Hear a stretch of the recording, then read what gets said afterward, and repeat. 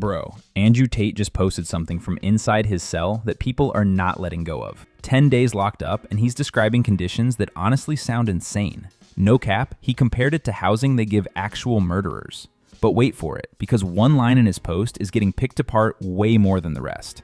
And it's not the one you'd expect. Stay with me, because by the end of this video, you're gonna understand exactly what Andrew Tate is saying about his own conditions in his own words. Okay, so quick recap for anyone just catching up. Andrew and Tristan Tate got arrested by US Marshals in Miami. They're now fighting extradition to the UK on a combined 59 charges, and a judge has already confirmed they're staying locked up for at least 2 more weeks while that legal fight plays out. No bail, no release date, just detention while the courts sort out what happens next. And in the middle of all that, Tate has been posting directly from inside the facility, describing what his day-to-day actually looks like.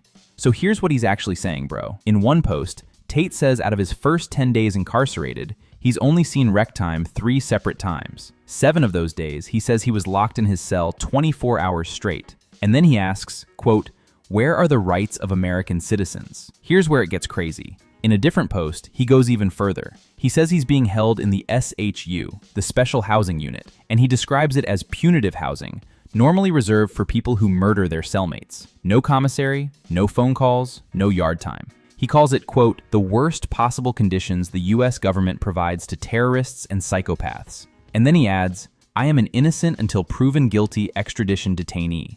I'm wanted by a foreign state. I am an American citizen. Why am I here?"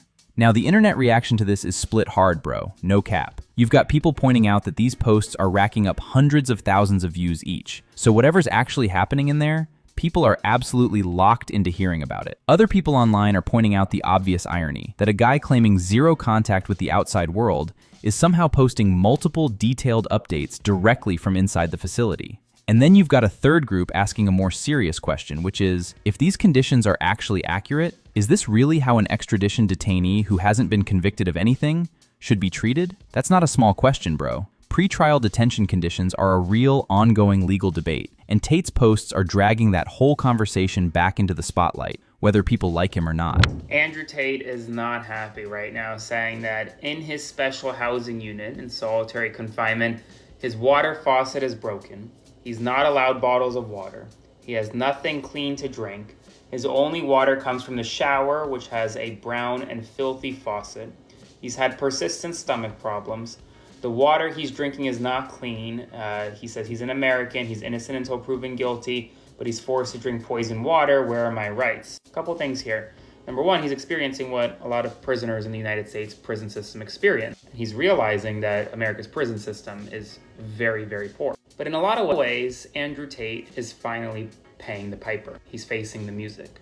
He is finally seeing the results of his actions. He's facing the possibility of a lifetime in prison, whether in the United Kingdom or in Romania, for heinous and horrific crimes. He's not going to get a lot of sympathy with tweets like this.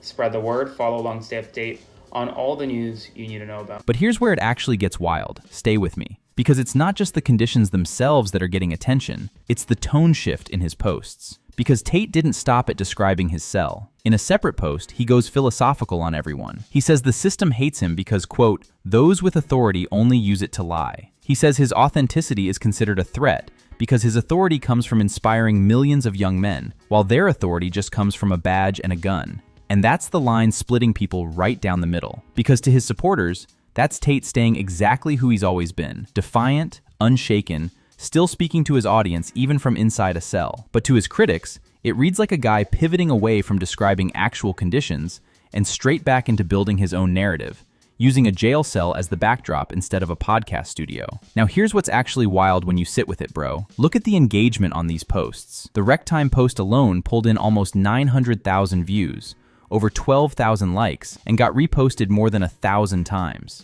The SHU post, over 300,000 views on its own. No cap, that's not normal jailhouse silence. That's a guy still commanding a massive audience even while locked down. And that's actually part of what's fueling the debate online. Because normally when someone's behind bars, especially in a restrictive unit like he's describing, the assumption is total disconnect from the outside world. But these numbers tell a different story, one where Tate's voice is somehow reaching more people from inside a cell than a lot of creators reach on a normal day. Whatever you think about the content itself, the reach is undeniable. And that's exactly why every single post he puts out right now is getting dissected line by line. Why this is the end for the Tate brothers. How I met girls, how I got girls to like me, how I got girls to fall in love with me to work on webcam for me. Welcome to Walk and Talk, where I walk and we talk. So they were arrested in the US and they're going to be extradited back to the UK to face 59 charges. Andrew's to be charged with a further 7 counts of R, S trafficking, and indecent images of a child. Tristan's to be charged with a further 2 counts of R and 3 counts for trafficking related to S exploitation. The alleged offences are said to have taken place between July 2010 and August 2017. So the real reason I think this is the end of them is they're now definitely going to be tried in the UK. The reason this is important is because the UK officials cannot be bribed like they can be in Romania. For them to have been extradited back to the UK, the prosecution must have found some concrete evidence. Bedfordshire police found a further file of evidence that brings the total number of alleged victims up to 7, proving my point. Their lawyer said that when a competent judge sees the case facts, the Tate brothers are going to walk free, but I heavily disagree with that. Their entire online persona revolves around misogyny and openly admitting to these things like you've seen in the intro clip. I don't see a way where they can walk free from this situation. Especially if they use social media in the trial, the Tate brothers will be cooked because there's no way the jury will see that and not be influenced by what they see. It is good riddance in my opinion. Nobody cares about them anymore and everyone's over their alpha male misogynist ideology. Anyone who believed them is stupid and it was bull to begin with. Look at where they're at now. Let me know what you guys think. Do you think the Tate brothers are going to get away with this or not? Let me know in the comments below.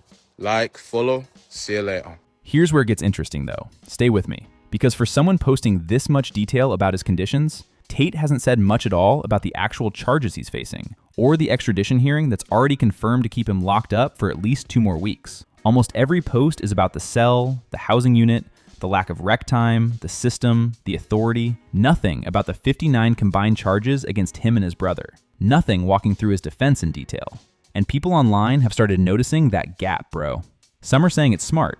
Keep the narrative on conditions and sympathy, not on the legal specifics. Others are saying it's exactly what you'd expect from someone whose team is telling him to stay quiet on the actual case while it's active. Either way, the conditions are the story he's choosing to tell right now. And that choice is saying almost as much as the posts themselves. Listen, I know this is going to piss some people off, but it's the truth and it needs to be said.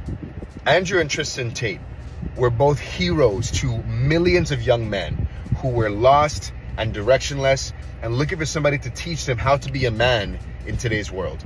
And it is a tragedy. It is a failing of our society that we let these 2 men ever have a platform in the first place. Guys, we need to start identifying more positive role models and stop elevating these dirtbags like the Tate brothers or these influencers who are constantly promoting gambling and drugs and sleeping around. You do not want to be modeling your life after people like this if you truly want to live a happy, fulfilling life. The thing that gets me the most about guys like this is that they'll convince young men that they actually care about them. They'll tell you they want you to get your money up, but then push their gambling sponsors down their throat. They'll tell you to not be lustful and not let your sexual urges towards women control you, but then they'll be constantly flashing the OF girls they manage in front of you every 5 seconds. These guys do not care about you. They care about how much they can profit from you. And the sooner you can realize that, the sooner you'll no longer be manipulated by these scumbags. Now, it's not to say that every bit of advice is wrong, but there are people out there who will give you those positive lessons without packaging it in this disgusting way. More men need to be taught that you can be masculine in a relationship without being a misogynist. You could live a good life and have nice things without being materialistic and arrogant. You can be strong physically, mentally, emotionally, and still be empathetic towards people who aren't as strong as you are.